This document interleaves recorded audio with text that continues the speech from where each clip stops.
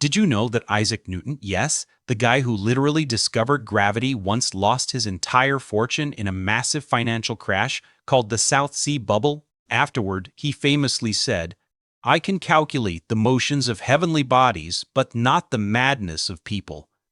Think about that for a second. If the man who decoded the laws of the universe could completely tank his bank account, then maybe financial success isn't just about IQ, is it? Now, I'm going to tell you something a bit shocking, maybe even a little annoying. Being too smart might actually be the reason you're not rich yet. I'm serious. That high-functioning brain of yours, your degrees, and your habit of over-analyzing every single detail, they might actually be your wallet's worst enemies. Have you ever noticed this? You have that one brilliant friend who can solve complex differential equations, tracks every macroeconomic shift, and analyzes the market like a grandmaster playing chess. Yet they're still struggling with the tiny fluctuations in their 401k. Meanwhile, your neighbor, who knows next to nothing about the yield curve and just sticks to a simple plan, is quietly becoming a millionaire. Why is that? Why doesn't intelligence always translate into cash? Here's the thing nobody tells you. The modern financial world is almost designed to punish smart people. By nature, intelligent people love complexity. To them, believing that a problem has a simple solution feels like an insult to their intellect. Telling a genius to just buy an index fund and wait is as boring as telling them 2 plus 2 equals 4. So, they circle around the simple answer, looking for something more sophisticated, more exclusive, more worthy of their brainpower. They analyze themselves right into a state of analysis paralysis. The real issue here isn't intelligence itself. It's the false sense of control that intelligence provides. As a smart person, you spent your life studying, passing exams, and being rewarded for solving tough problems. Your brain is constantly whispering to you, "If I just gather enough data, look at enough charts, and read enough reports, I can predict the future." But the market isn't a physics problem. The market is the sum of the emotional decisions made by millions of people who haven't had their morning coffee yet. You might be able to calculate where an atom is going, but you can never predict if a human being is going to hit the sell button in a moment of pure panic. Let's make this concrete with some numbers, because math never lies. Imagine two people, analytical Boris and relaxed Thomas. Boris is a genius. He thinks the market is overvalued. He's obsessed with interest rates and inflation data. He's been waiting for the perfect time to enter since 2010. He's constantly looking for a 10% dip to jump in. Thomas, on the other hand, just opens a brokerage account and sets up an auto deposit of $1,000 every month into an index fund. He doesn't even check the screen. Here's the part most people miss. While Boris is waiting for that perfect entry, he misses out on the 200% gain the market offered over the last decade. Even if Boris finally gets that 10% drop he was praying for, the market is already climbed so high that the bottom of the crash is still way higher than where Boris started waiting. The math is simple, but it's the hardest thing for a smart person to accept. Time in the market beats timing the market. Every single time. Boris tries to save an extra 2% on his entry price, and, in the process, he personally kills the massive power of compound interest.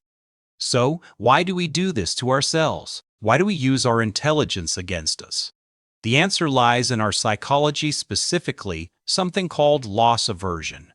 Smart people hate being wrong. To them, an investment losing value isn't just a loss of money.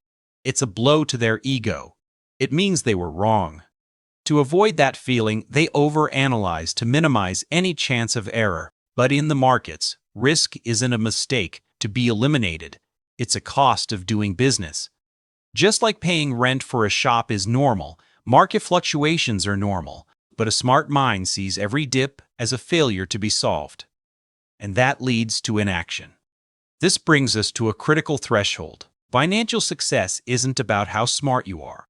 It's about knowing where to stop using your intelligence. I call this the intelligence threshold. Up to a certain point, being smart helps you budget. You understand the basics. You avoid scams. But the moment you cross that line, your brain starts playing tricks on you. It tells you that you know what the market will do next, that you're different, and that the simple path everyone else follows isn't good enough for you. Honestly, it's an ego trap. Alright, so how do we actually deal with this intelligence problem? Here's the deal. The path to financial independence isn't about knowing everything. The real trick lies in actually implementing the few simple things you already know. Most people know what they should do, but they never actually pull the trigger. And the people who think they're too smart for the basics, they're so obsessed with finding a better way that they end up doing nothing at all. It's the ultimate missed opportunity. Think about it like this. In the US, especially in places like Silicon Valley or Wall Street, there are thousands of brilliant people making over $250,000 a year.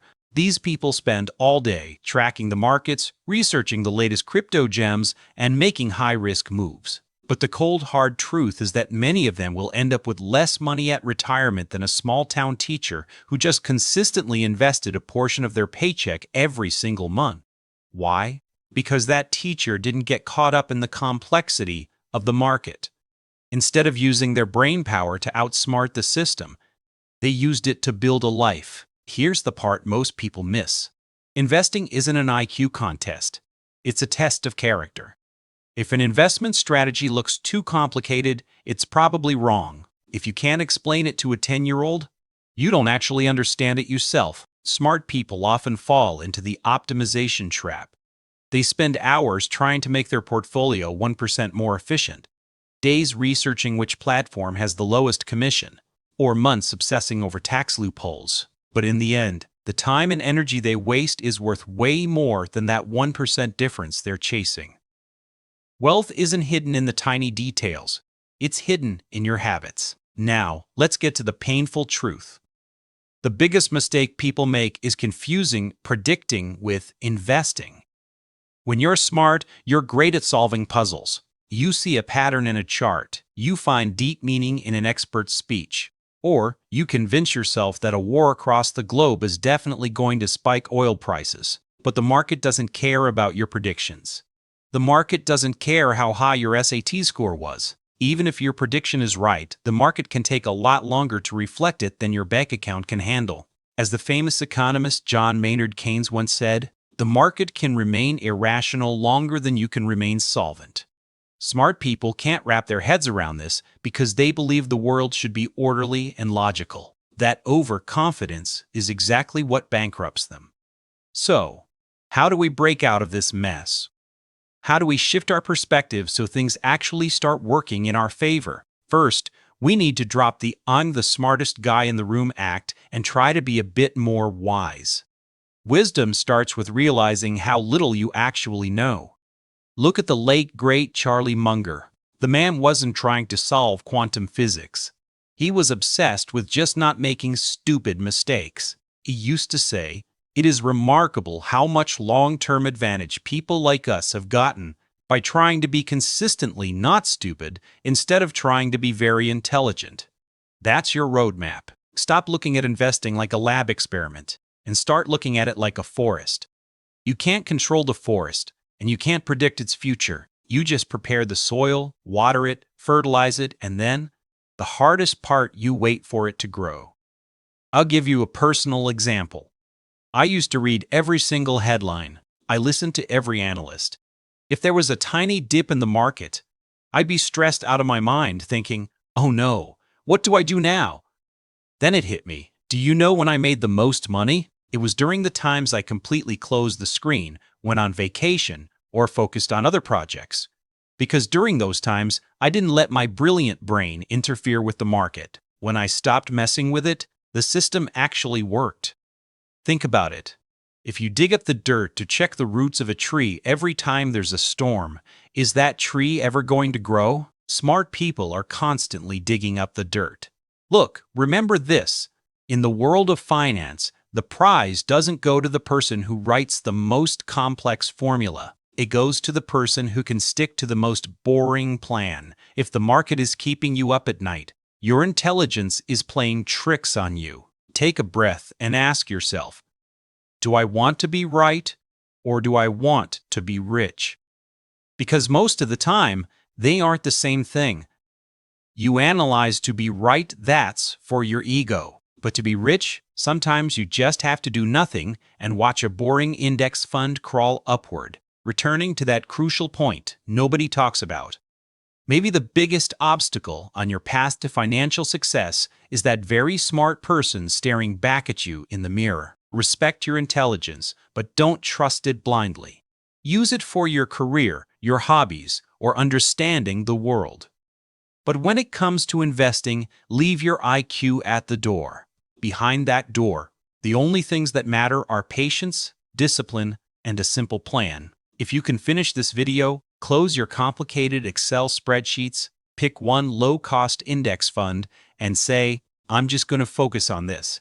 Then you've just taken the first step out of the poverty trap your own brain built for you. Just remember, sometimes the smartest move you can make is to make no move at all. So I'm asking you, has your intelligence actually made you money so far? Or has it just kept you busy? Let's talk about it in the comments. And if this resonated with you, maybe it's time to send this video to that too smart for their own good friend of yours. I'll see you in the next one. Take care of yourselves.